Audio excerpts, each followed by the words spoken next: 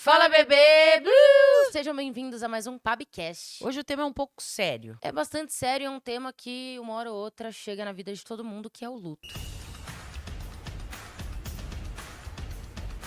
Bom, antes da gente começar a falar sobre o nosso tema, sobre o luto, morte, enfim, e perda de pessoas importantes, queria pedir para as pessoas que acompanham a gente, estão ouvindo a gente, deixar o like aqui no YouTube, dar 5 estrelas no Spotify, comentar e participar, que a gente tá de olho em todo mundo. É isso. A gente recentemente foi parada por pessoas diferentes, assim, em lugares diferentes, no estádio, na rua, falando do podcast, parabenizando o trabalho que a gente tem feito com toda a equipe do Passa Bola. E a gente fica muito feliz mesmo, porque é muito trabalhoso, a gente dedica muito tempo a isso, pra vocês e também pra gente, enfim. Então é uma alegria quando vocês gostam. Bom, a gente escolheu esse tema porque você está passando pelo luto. Você perdeu a sua avó recentemente. Na verdade, a gente está gravando esse podcast. Você perdeu a sua avó há uma semana. E foi uma semana muito difícil. Sim, eu sempre falava, quando a gente conversava sobre a morte, que eu lido bem com a morte, assim, que a nossa religião, né, tem uma crença de que existe algo depois da morte. Então, dito isso, tem um conforto no coração de pensar que as nossas vidas não acabam, né, que algum dia a gente vai se reencontrar com as pessoas que a gente ama, enfim. Cada um tem a sua crença, essa é a minha. Então, isso sempre me confortou de alguma forma durante a vida, porque desde criança eu acompanho esse processo na minha cabeça, né. Mas eu te peguei sofrendo com a morte. E eu acho que é natural, embora a gente acredite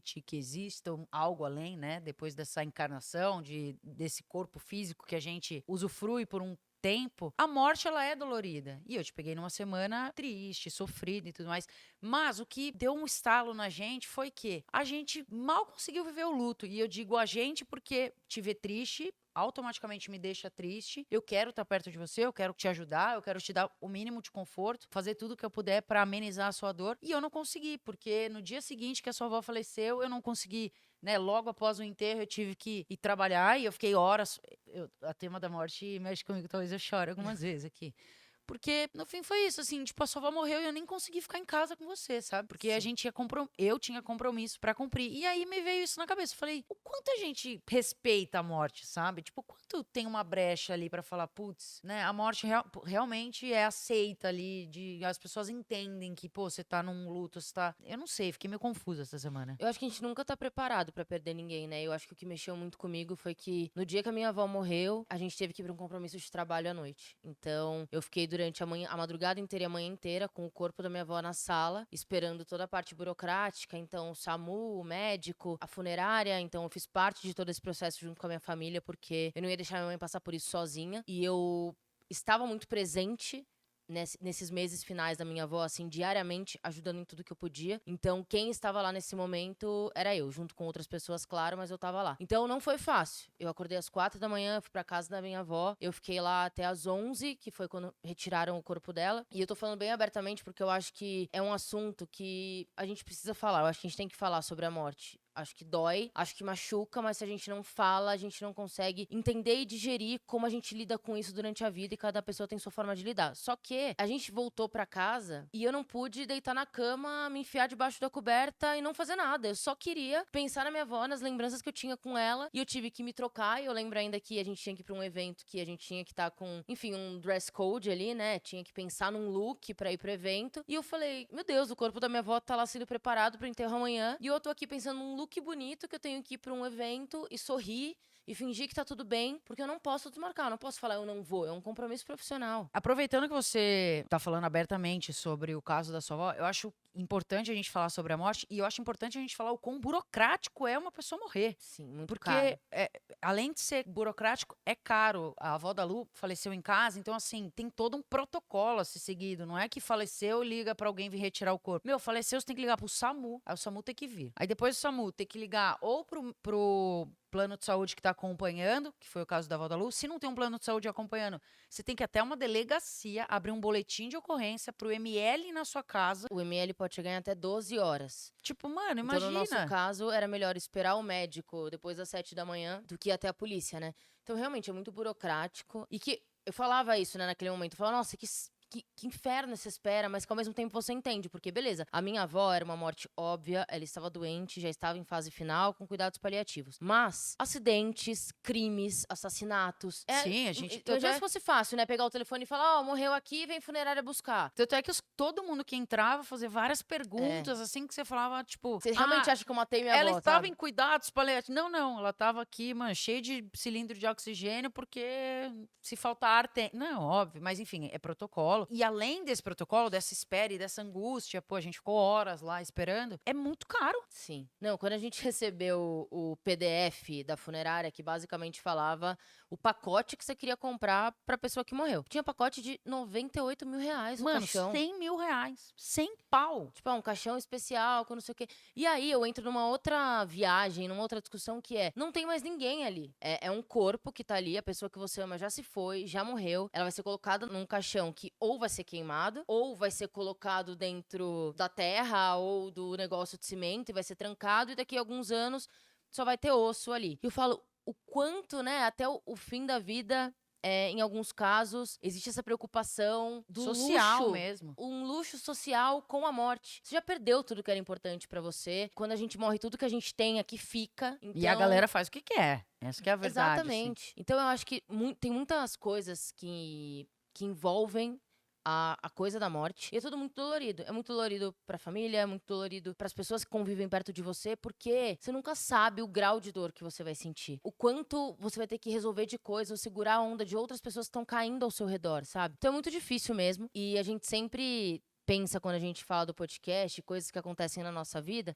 a gente sempre acaba falando, putz, isso tá acontecendo com a gente e também acontece com todo mundo no mundo inteiro. Mas a gente já viu acontecer muitas vezes com atletas. E até por isso a gente decidiu trazer esse tema aqui pro podcast, porque a gente já viu casos de atletas que perderam pessoas muito importantes durante um campeonato, durante um torneio, e continuaram. Eu não sei como, de verdade, assim, inclusive dando uma olhada e tudo mais, a gente tava falando disso ontem, né? Por exemplo, a Sabalenka, maior tenista hoje da atualidade, A assim, Iga vai ficar brava. uma das, junto com a Iga, ela perdeu o ex-namorado, ex-noiva, ela ficou noiva dele, aparentemente se suicidou, né? A polícia de Miami divulgou que foi suicídio, né? Que ele pulou da varanda. Mas as autoridades russas falam que ele teve uma trombose, enfim, não dá pra saber. Mas o ponto era véspera do Miami Open. Então, no dia seguinte, a Sabalenka estaria jogando o torneio, estreando. Inclusive, ela estava treinando no momento que ele faleceu. E aí decidiram adiar por um dia pra ela ter tempo de digerir. E ela optou por jogar o torneio. E ela jogou o torneio. E eu não sei com que maturidade. Tem que ter muito sangue frio, tem que ter muita cabeça, assim.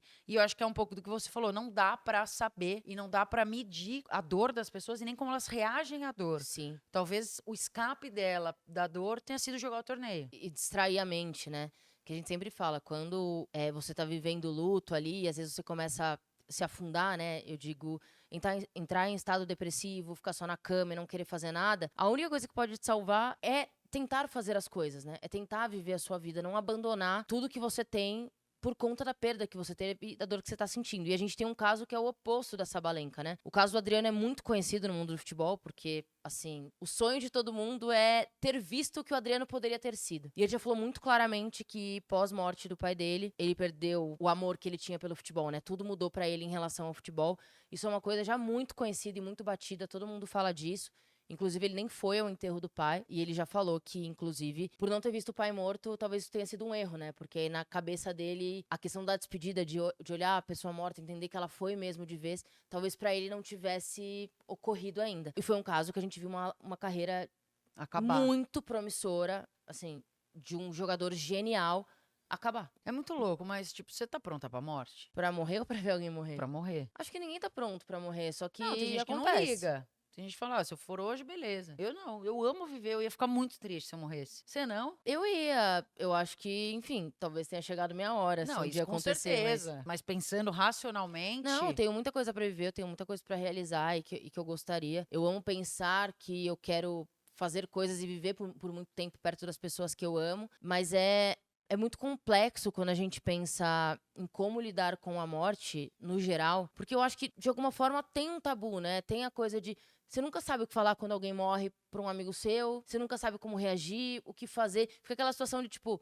não sei muito o que te dizer, mas meus sentimentos. E é isso mesmo, porque é uma dor que ninguém pode sentir por você. E às vezes você reage de formas tão aleatórias. Então, eu lembro que no dia que a gente chegou do enterro da minha avó, eu não derramava uma lágrima, né? E eu falava, não é possível que eu passei por tudo que eu passei. E eu tava nervosa, eu tava, assim, eu tava com raiva de mim, porque eu falava, por que que eu não consigo chorar? Tem uma coisa apertando meu peito, absurdamente. E eu não consigo derrubar uma lágrima. Porque eu tinha ficado basicamente o enterro inteiro sem sentir aquela dor, né? Acho que minha cabeça estava muito mais preocupada em lidar e cuidar da minha mãe, enfim, das coisas ao meu redor. Então, eu acho que a gente vai aprendendo ao longo da vida a como superar a morte, eu acho. Como lidar com a saudade da pessoa que se vai. Porque a gente nunca vai aceitar, nunca vai ser de boa alguém ir embora. Eu acho que o que mais.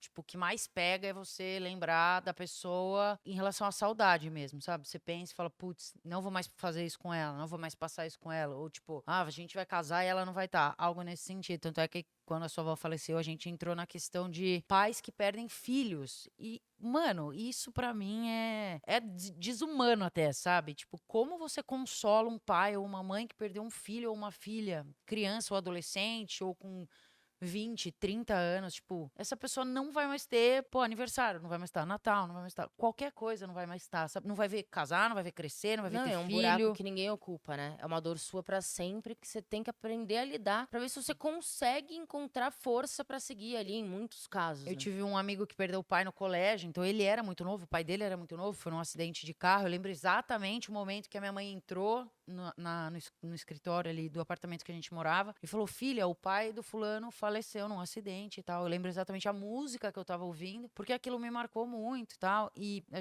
gente tava falando de pais que perdem filhos, e enfim, eu fui pro meu amigo. Mas nesse momento, eu não lembro se foram meus pais que me falaram, se foi esse amigo mesmo. Ele falou assim: quando você perde os pais, o pai e a mãe, ou as mães, ou os pais, você fica órfão. Ele falou: tem um nome pra minha dor. Ele falou: mas se fosse ao contrário, se meu pai tivesse me perdido, não existe um nome pra essa dor que a pessoa sente. Não tem. Você não, sabe, não existe um nome social. Ninguém consegue. Não tem uma nomenclatura pra dor de alguém que perde um filho ou uma filha. E isso é muito louco, porque não tem mesmo. E eu acho que a gente não consegue nem imaginar a dor que é. Não, é curioso, eu nunca tinha pensado por esse lado também. E eu acho que a gente resolveu trazer essa conversa pra cá e a gente quer saber de vocês também, porque eu percebi quando, depois de uma semana, eu fiz uma homenagem pra minha avó no Instagram, eu escrevi o que eu tava sentindo, tudo. Eu demorei dias, né, linda, pra conseguir terminar o texto, porque eu tava sofrendo muito cada vez que eu escrevia. Eu chorava. E muitas pessoas escreveram pra mim. Muitas pessoas falaram da dor delas, de como o que eu tinha escrito dizia também sobre elas. Teve um menino que falou assim: eu nunca soube definir o que eu tava sentindo. E lendo o que você escreveu, eu consigo finalmente encontrar um sentimento daquilo que eu tô sentindo há meses por ter perdido uma pessoa que eu amava. Então, eu acho que aqui o podcast, como um todo, a gente quer que seja um ambiente seguro pra gente compartilhar histórias e falar coisas que acontecem nas nossas vidas, nas vidas de vocês e dos atletas. Eu acho que a morte é uma coisa em comum pra todo mundo, não tem como fugir. Eu falei isso no texto, né, que eu escrevi pra minha avó. Eu falei, tem uma sensação habitual que a gente tem quando quer fugir de reunião, quer fugir de compromisso, não quer ir numa festa, quer adiar alguma coisa, que a gente sabe como é. Aquele incômodo de, vou deixar pra lá. E a morte você não tem escolha. Então, eu sempre penso no desenho animado, sabe? Quando vinha a morte de capuz preto lá, com um negocinho atrás das pessoas e tal. Porque, no fim, aquilo é uma personificação, obviamente, da morte, mas é aquilo. Porque, ainda mais no meu caso, que eu vivi um processo da minha avó indo embora, então ela piorando a cada mês que E passava. consciente, E né? consciente, acho que isso é muito importante. Até o último momento, a minha avó estava ali comigo. O corpo dela já tinha se deteriorado muito e ela já tinha realmente se entregado. Ela não tinha mais força física pra nada. Mas a mente dela estava com a gente.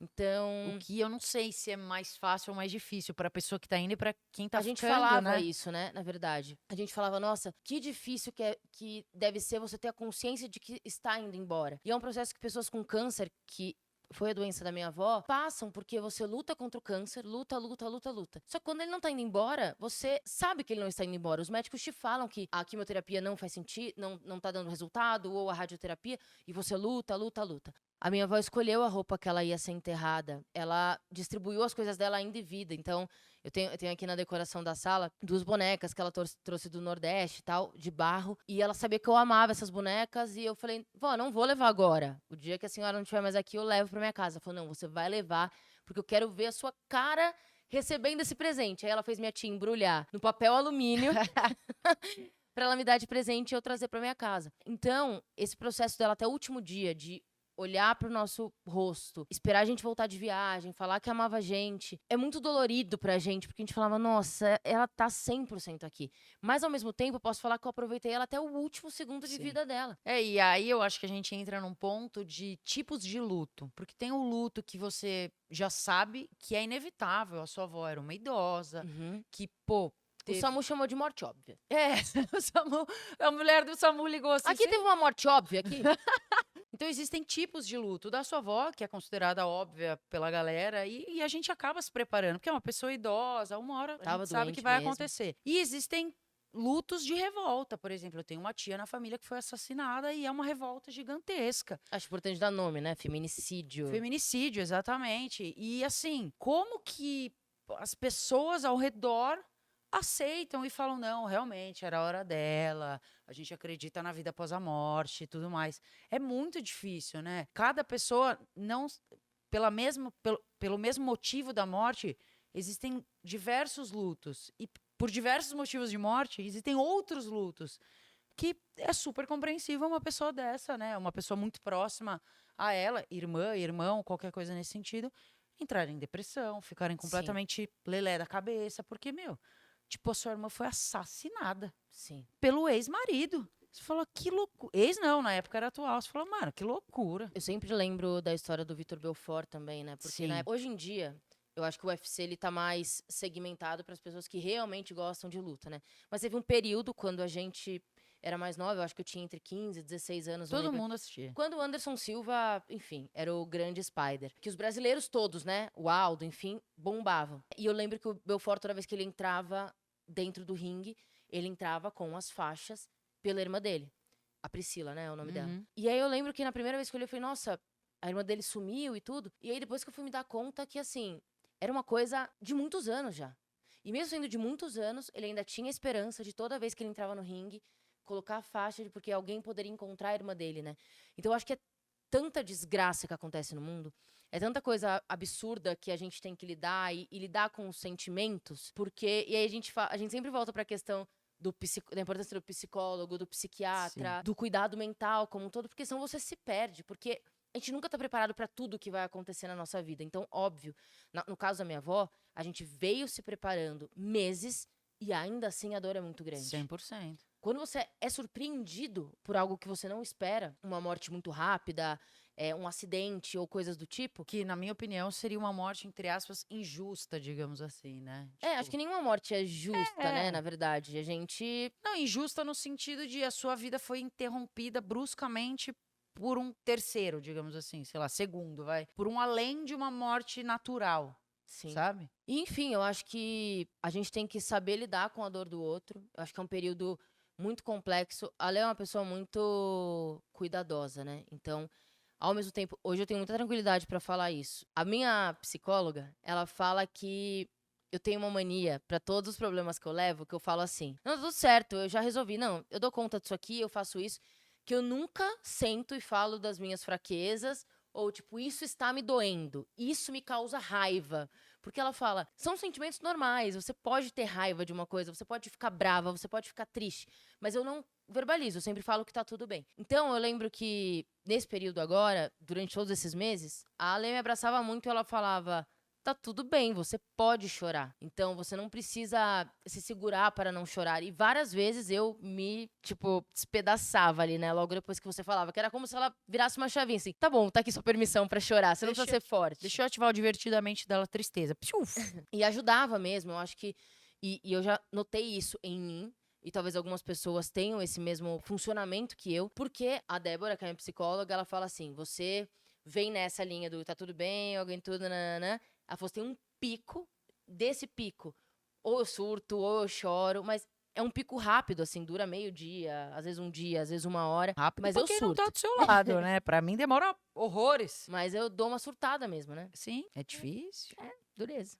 Então, liberem os seus sentimentos, é melhor do que viver segurando, porque é mais dolorido mesmo lidar com isso tudo dentro e depois com uma explosão do que vem por aí. Mas é isso, assim, eu acho que a gente tem que se abraçar nesse momento de luto. O que eu tava falando da Lê é que ela tem muita empatia, né? Então é óbvio que o meu humor está oscilando nesse período. Eu tento dar o meu melhor, eu tento fazer as coisas, mas dá pra perceber que eu tô triste boa parte do meu dia, né? E ela tem esse cuidado de não me forçar a fazer as coisas, de deixar eu ir tudo no meu tempo, mas também não deixar, como eu acho que a gente não tem que deixar as pessoas que estão sofrendo, tipo, largar a mão, assim, Se sabe? afundarem, né? Vai ficar aí, faz o que você quiser, quer sofrer, sofre. Não, vai sofrer, mas vamos já procurar um ar, fazer alguma coisa? Então, eu acho que é isso, assim, do meu lado e do meu sentimento em relação a isso que tem acontecido. E a minha cobrança imediata de já tenho que voltar a trabalhar, eu tenho que fazer coisa, eu preciso ver o jogo de futebol X. Então, eu acho que a gente tem muita dificuldade em saber como encontrar o rumo de novo da dor e da ausência de uma pessoa e da nossa rotina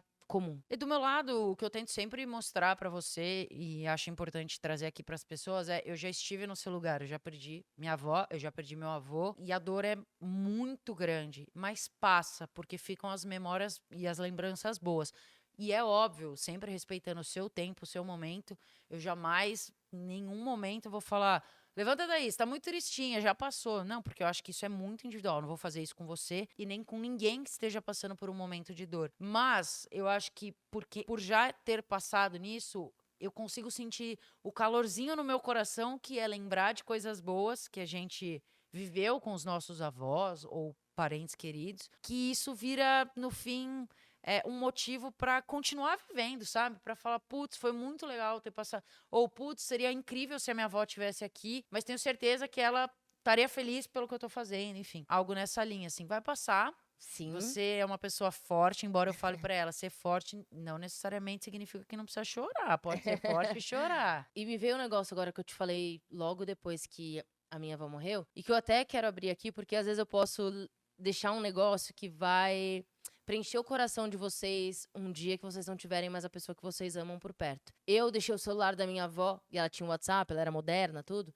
com a minha mãe, depois que tudo aconteceu. E aí eu tava no carro com a Lê, Aí chega uma chegou um notificação: WhatsApp, vó. vó. Eu falei, puta que me pariu. Caralho, o céu tá negócio moderno. ali evoluiu muito rápido essa conexão. A antena do Wi-Fi lá em cima tá 1000. A sua avó assim: Luana, o Campari aqui em cima é mó barato. E aí eu abri, era minha mãe, me encaminhando mensagens de voz que a minha avó tinha na nossa conversa, porque no meu celular eu já não tinha mais nada, porque eu tinha perdido minhas conversas do WhatsApp. E quando eu dei o play, eu falei, eu nunca vou ter que ter a preocupação de não ouvir nunca mais a voz da minha avó. Porque eu não tenho mais nenhum avô ou avó, né, vivos. E quando meu avô morreu, e até hoje, eu não tenho nada dele. Eu preciso fazer esforço pra lembrar a voz dele. Eu tenho pouca foto dele, assim, tipo, porque era foto analógica, assim, são fotos que ficam na caixa, na casa da minha mãe. Então, eu acho que a gente que vive no mundo atual que a gente vive, do celular na mão, de foto instantânea, tudo, registrem as coisas. Registrem pra vocês, assim, não é uma questão de postar pro mundo, de colocar no Instagram. Pra vocês poderem, um dia, abrir o celular e falar, eu tenho essa pessoa aqui comigo ainda de alguma forma. Eu sinto ela. Porque as pessoas que vêm de outras gerações não têm isso. Ou não tiveram, que já perderam os pais, enfim. Não tiveram isso. Eu falo, nossa, que bênção, que maravilha que é ter a minha avó comigo no meu celular. Eu tenho um monte de figurinha da minha avó. Falando, bom dia! Ale! Que ela me chamava assim. Mas, uma coisa que eu vou te falar, e se alguém tá passando por um momento parecido com o da Lu, é que você vai lembrar deles em momentos que você menos espera. Então, você vai estar em qualquer lugar e, mano, vai passar um cheiro que você vai falar, nossa, o cheiro da casa da minha avó. E isso é muito forte, assim, porque, tipo, você tem a sua avó no celular e você vai poder sempre ouvir a voz dela, mas, cara, não tem nada mais gostoso do que você passar por alguma coisa e falar, nossa, me lembra muito uma pessoa que eu amei, sabe? Que me amou e que foi da minha família. Então, e isso é muito louco, porque eu tô falando que são em momentos inusitados. Tipo, você vai entrar num boteco, sei lá, tipo, Sim. você vai passar num posto de gasolina e vai passar alguém do seu lado com um perfume parecido com o da sua avó. Você vai falar, nossa, o perfume da minha avó. E aí você vai lembrar, e coisas assim. E eu falo isso porque eu tenho a memória é muito ruim, né? Você falou isso. Eu lembro de pouquíssimas coisas do meu avô, por exemplo, que já morreu há mais tempo. A minha avó ainda morou com a gente um pouco em casa antes de falecer, então eu tenho memórias mais recentes, assim. Mas do meu avô, tipo, eu lembro de poucas coisas, eu lembro de detalhes, assim. Eu lembro dele, tipo, eu gostava de deitar no sofá bem pequenininha e ele ficava fazendo massagem no meu pé. Coisa nesse sentido, assim. Então, pô, às vezes você pega no meu pé, eu lembro do meu avô, sabe? E são nesses momentos, assim. E eu acho que mais do que as lembranças disso mesmo, as, óbvio, físicas que a gente tem aqui, e o que a Lê falou de entrar em um lugar, a memória afetiva mesmo, né? De algo te levantar aquela sensação de que você já esteve ali. Então aquilo que você sente é porque tem uma marca muito grande dentro de você. Isso é pra coisas boas e pra coisas ruins na nossa vida. Então a memória ela é muito forte. Mas a sensação que eu tenho, e quando a minha avó foi embora, eu não tinha nenhum remorso e nenhuma culpa, porque eu falei, eu aproveitei a minha avó. Eu vivi tudo que eu podia com ela. E eu ainda tive a sorte dela poder me assistir como profissional. Então, quando eu comentava jogo, minha avó assistia pra depois falar de mim pras pessoas e tudo. Ela me via na TV. Então, eu tive tempo de dar orgulho pra minha avó. Então, eu acho que a coisa da vivência, quando a morte bate, acho que tem a sensação de quem não aproveitou aquela pessoa que fala, putz, não vou ter mais tempo pra viver aquilo. E tem a sensação de que eu fiz tudo que eu podia com aquela pessoa. Eu aproveitei muito aquela pessoa. Então, acho que é muito, às vezes parece clichê, assim, mas o que eu poderia dizer pra quem ainda tem as pessoas que ama por perto é, cara, realmente aproveite. Tipo, se desligue, assim, dessas merdas que a gente usa o tempo todo e que a gente ignora quem tá do nosso lado pra ficar no celular, com a cabeça enfiada nisso aqui. Vive um momento, assim, são coisas tão bestas que vão ficar na sua memória. Eu falo, a lembrança da minha avó, por exemplo, tipo, eu passava as férias na casa dela e eu lembro do cheiro do óleo dela fritando rosquinha de vinagre, que é tipo uma coisa que ela fazia maravilhosamente bem, que todo mundo amava. Então, isso vai fazer muita diferença na sua vida, porque um dia eu vou querer cozinhar rosquinha de vinagre para os meus filhos para poder falar que foi a minha avó que me ensinou. Então, eu dou muito valor para essas coisas. Eu dou muito valor pra família, então eu sempre faço questão de falar isso, né? Eu também não sou hipócrita ou romantizo as coisas erradas, eu sei que tem gente que tem família ruim mesmo. Sim, Eu acho que avós são figuras sagradas, né? Eu sempre enxerguei os meus assim, eles tiveram os erros deles nas vidas deles, na construção de vida deles, mas, por exemplo, a minha avó foi uma mulher muito à frente do tempo dela, que foi uma mulher da década de 40, que passa mais da metade da sua vida solteira, tendo liberdade física e sexual, assim, eu acho que as pessoas apontavam o dedo pra ela, mas no fim, hoje em dia a gente olha e fala, putz, ela que tava certa. A gente que tava errado, sabe? As pessoas que julgavam ela que estavam erradas. E ao mesmo tempo eu sei que tem pessoas que não têm famílias legais, que são maltratadas, que têm relações tóxicas. E eu também não romantizo isso. sim. Então, assim, ninguém é obrigado a tratar o familiar como uma pessoa próxima ou dar extremo amor quando você não recebeu amor. Tá tudo bem. Eu tô falando do meu caso em específico, da minha avó. Então, acho que cada um tem o seu caso, a sua dor e os seus acontecimentos. Eu acho importante frisar isso, porque acho que quando a gente se emociona e traz as nossas experiências, é a mesma coisa de pós-maternidade na internet.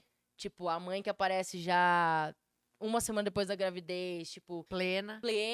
nenhum problema, meus filhos são perfeitos, e aí quem tem o filho recém-nascido e que tá passando por problemas se acha a pior mãe do mundo. Eu não quero que ninguém sinta que tem a pior família do mundo, enfim, a minha não é melhor do que a de ninguém. Então eu acho importante a gente só dizer isso, porque assim, não estamos romantizando todas as relações, a gente só tá falando da nossa experiência, né? Que na verdade a gente tava falando sobre morte e luto, o É. quão difícil é passar por tudo isso, cada um tem a sua história. É isso, né? Sim, senhora. Amo você, Vidoca. Te amo muito, linda. Tamo juntas nessa. Pra sempre. Beijo, gente. Se inscreve no Se inscrevam canal. no canal, se quiserem escrever aqui pra gente. A gente vai ler tudo que vocês comentarem. Podem abrir o coração. E se você aí tá passando por alguma situação parecida ou já passou, sintam-se abraçados. Exato. Tamo junto. Beijo. Beijinho. Tchau. Até mais.